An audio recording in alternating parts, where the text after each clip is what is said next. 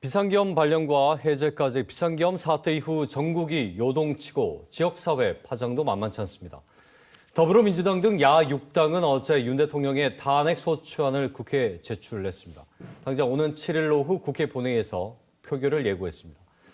부산에서도 현 시국과 관련해 시민사회 정당 대표자 비상회의가 꾸려졌습니다. 노정현 공동대표 함께 얘기 나눠보겠습니다. 예, 오랜만입니다. 어서 오십시오. 네, 안녕하십니까. 대통령이 비상계엄을 선포를 하면서 종북 세력, 반국가 세력 척결을 얘기하면서 헌정소를 위한 것이라고 했습니다. 자, 이번 비상계엄 선포 해제 과정 보면서 어떻게 보셨습니까? 예, 누구도 상상하지 못한 일을 벌인 것 아니겠습니까? 저는 비상계엄을 선포한 것도 충격적이었지만 국민들의 저항에 의해서 실패를 하고도 아직까지도 사과나 반성은커녕 자신은 잘못한 것이 없다는 입장을 고수하고 있는 것이 더 놀랍습니다. 구중궁궐에 갇혀서 동떨어진 생각을 하면서 살고 정말 정상적인 판단을 할 수 없는 저런 사람이 대한민국의 국정을 결정하고 군 통수권을 쥐고 있었다는 사실이 너무나 답답하고요. 그래서 이 황당무계한 사건이 왜 발생했는지 원인 분석도 중요하지만은 그것보다 그에 앞서서 윤석열 대통령의 직무를 하루라도 빨리 정지시켜야 된다. 왜냐하면 지금 만취한 사람을 시동 걸린 운전석에 앉혀놓은 것과 같은 상황이거든요. 제2의 계엄을 시도할 수도 있고 어떤 일을 벌일지도 모른다. 이런 끔찍한 상상을 우리 국민들이 아마 저와 비슷한 감정을 느끼고 계실 거라고 생각합니다. 지금 방금 제2계엄을 말씀하셨는데 현실적으로 할 수는 있는 겁니까, 그걸? 가능하죠. 지금 대통령이 그래서 집권 정지를 빨리 시켜야 된다라는 겁니다. 얼마든지 그런 일들을 벌일 수 있고 지금 뭐 뉴스를 통해서 보고 계시겠지만 정말 놀랍지 않습니까? 사성 장군이 자신이 계엄 사령관인데도 언론을 통해서 계엄이 선포되는 걸 보고 자신이 계엄 사령관인 걸 알았다고 하지 않습니까? 그 정도로 대통령과 그 예스맨들이 언제든지 일을 벌일 수 있는 상황이다 이렇게 보고 알겠습니다. 지난 8월 진보당이 윤 대통령 탄핵을 당론으로 정했습니다. 또 뭐 공동대표께서는 진보당 부산시당위원장도 맡고 계신데 부산에서 동남풍 일으키겠다. 면서 퇴진 등을 주도하고 있습니다. 왜 부산이냐는 질문이 따를 수밖에 없어요. 전국적으로 민주진보 세력이 약진을 거듭하고 있습니다. 이번 총선에서는 뭐 192석이라고 하는 정말 압도적인 의석을 국민들께서 야당이 몰아주셨는데 그런데 부산은 거꾸로 가고 있습니다. 이번 총선에서는 18석 중에 1석밖에 얻지 못했고 줄어드는 추세인데요. 그래서 부산이 바뀌어야 대한민국 정치가 바뀐다. 이것이 정설입니다. 그런데 아직까지도 우리 부산만큼은 대통령과 여당을 지켜줘야 된다. 이런 분위기가 강하게 자리 잡고 있다 보니 쉽지 않은 조건인데요. 그래서 부산에서부터 퇴진의 바람을 일으켜야 한다. 이렇게 강한 의지를 보여드렸는데요. 지금 부산은 바람을 넘어서 거의 태풍 분위기입니다. 바닥 민심이 윤석열로부터 돌아서고 있고 국민의힘 지지층도 상당히 붕괴되고 있는 상황이기 때문에 큰 변화가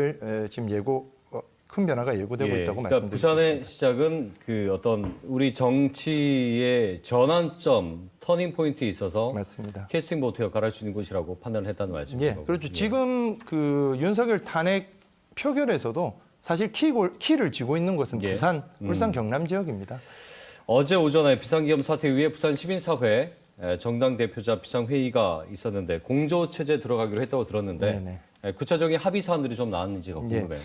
비상계엄이 발표가 되고 그 새벽에 이심전심으로 부산의 시민사회가 모여야 한다고 다 판단을 하고 계셨습니다. 그래서 저희는 특히 뭐 지역의 민주당이나 조국혁신당과 시시각각 그 새벽에도 소통을 하고 상황을 보고 있었는데요. 당일 오전 10시에 긴급하게 회의가 열렸는데 100여 명의 시민사회 대표들이 모이셨습니다.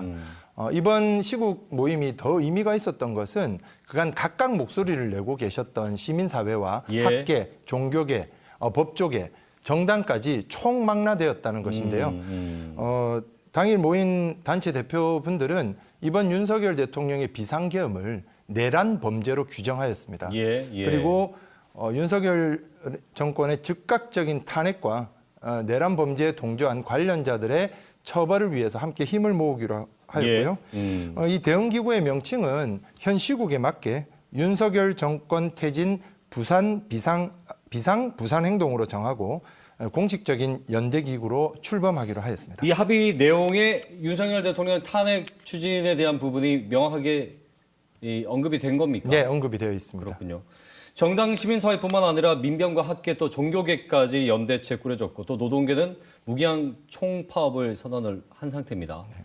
부산 시민들도 사실은 많이들 분노를 하고 있고 서면에 다시 촛불이 켜졌습니다. 자, 구체적인 이 추후의 집회 계획이라고 할까요? 예, 시위나 어떤 방향을 좀 잡고 계신지가 궁금해요. 네, 어제 오전 10시에 저녁 촛불 집회를 결정을 했는데 그러니까 회의 끝나고 8시간 만에 집회가 열린 겁니다. 그럼에도 불구하고 정말 많은 분들이 모이셨습니다.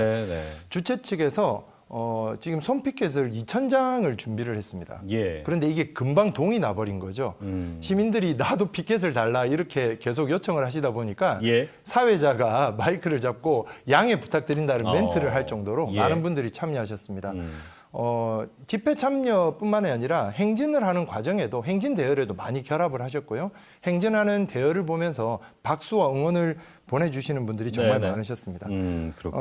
비상부산행동에서는 윤석열 정권이 물러나는 날까지 평일은 매일 저녁 7시, 주말은 오후 5시에 서면에서 촛불 집회를 개최하기로 결정했기 때문에 많은 시민들의 참여를 기다리고 있습니다. 그 비상계엄 선포 이후에 해제 표결에서 국민의힘 부산시당 소속 국회의원 5명이 찬성표를 던졌고 나머지는 표결에 참여를 하지 않았습니다.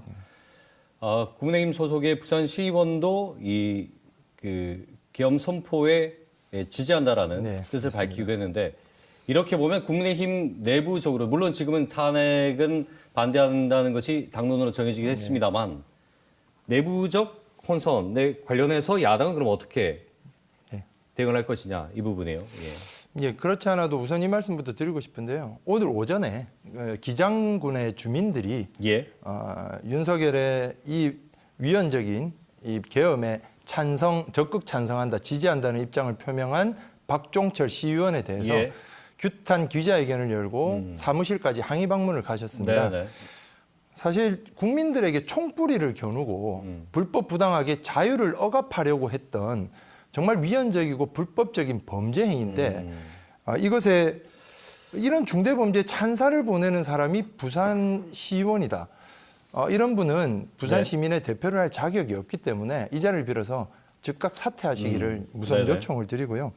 아무래도 지금 국민의힘 내부가 상당히 흔들리고 있는 상황이기 때문에 지금 시점에서는 윤석열 탄핵 소추안 가결을 만들기 위해서 저희 야당들 간에는 공조를 더욱 두텁게 하면서 국민의힘 의원들이 찬성 표결에 나설 수 있도록 설득과 압박, 할 수 있는 모든 방법을 다 동원해서 찬성 표결을 할 수 있도록 만들어 나갈 예정입니다. 지금 뭐 방금 말씀하셨지만 이제 7일 모레 저녁이 표결인데 국민의힘 표가 있어야 되지 않습니까?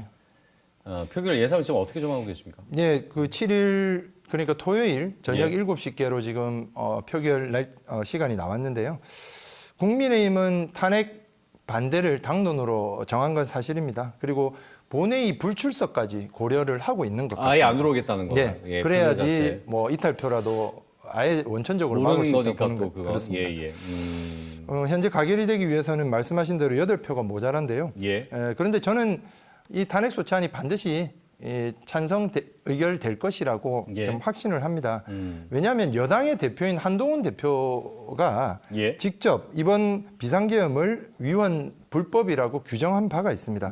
아무리 자당 소속의 대통령이라고 하더라도 헌정 파괴 내란 범죄를 옹호할 수는 없는 것이라고 생각하고요. 저는 그 윤석열 대통령이 벌인 일이 내란죄로 처벌받을 것이라고 보는데요. 내란죄는 공소시효도 없고 계엄 해제 표결에 불참하는 등 이런 간접적인 동조만 하더라도 법적 처벌을 받게 됩니다. 그리고 역사에 큰 죄를 짓는 일이기 때문에 국민의힘 의원들께서 현명하게 판단하시리라고 생각합니다. 아까 말씀하실 때 이제는 부산의 시민들이 어딜 향하느냐, 무엇을 보느냐, 어떤 행동을 하느냐가 아주 중요하다는 취지의 말씀하셨는데 이번 사태 계기로 아주 큰 후폭풍이라고 할까요? 계속 이어질 것 같습니다. 전망을 어떻게 전망하고 계십니까? 말씀 주셨지만 부산 지역 18명의 국회의원 중에 5분이 계엄 해제에 의결에 참여를 하셨습니다. 예. 근데 참여하지 않으셨거나 못하신 13분도 지금 심경이 복잡할 겁니다. 왜냐하면 지금 바닥 민심이 국민의힘 지지자지만 이건 아니지 않느냐. 예.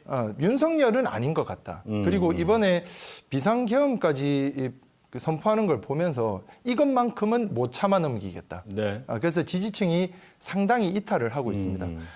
정치인들도 이런 내란 범죄에 동조했다는 이력을 가지고 앞으로 정치를 해나갈 수는 없는 것 아니겠습니까? 그래서 여권은 지금 분열이 불을 보듯 뻔한 상황으로 흘러가고 있다고 보고요. 반면에 우리 국민들께서는 지금 탄핵에 대한 의지와 여론이 높고 네. 야당도 공조와 협력이 매우 높은 수준으로 지금 힘이 모아지고 있는 상황이기 때문에 알겠습니다. 앞으로의 선거에서 네. 큰 지각 변동이 일어날 것으로 확신하고 있습니다. 부산의 부망정을 통해서 18년간 이어진 박정희 정권, 군사 정권을 또 무너뜨린 도시만큼 앞으로 어떤 모습들이 나올지도 지켜봐야 될 일인 거죠. 말씀 여기까지 듣겠습니다. 오늘 고맙습니다. 고맙습니다. 네. 노정현 공동대표와 함께 얘기 나눠봤습니다.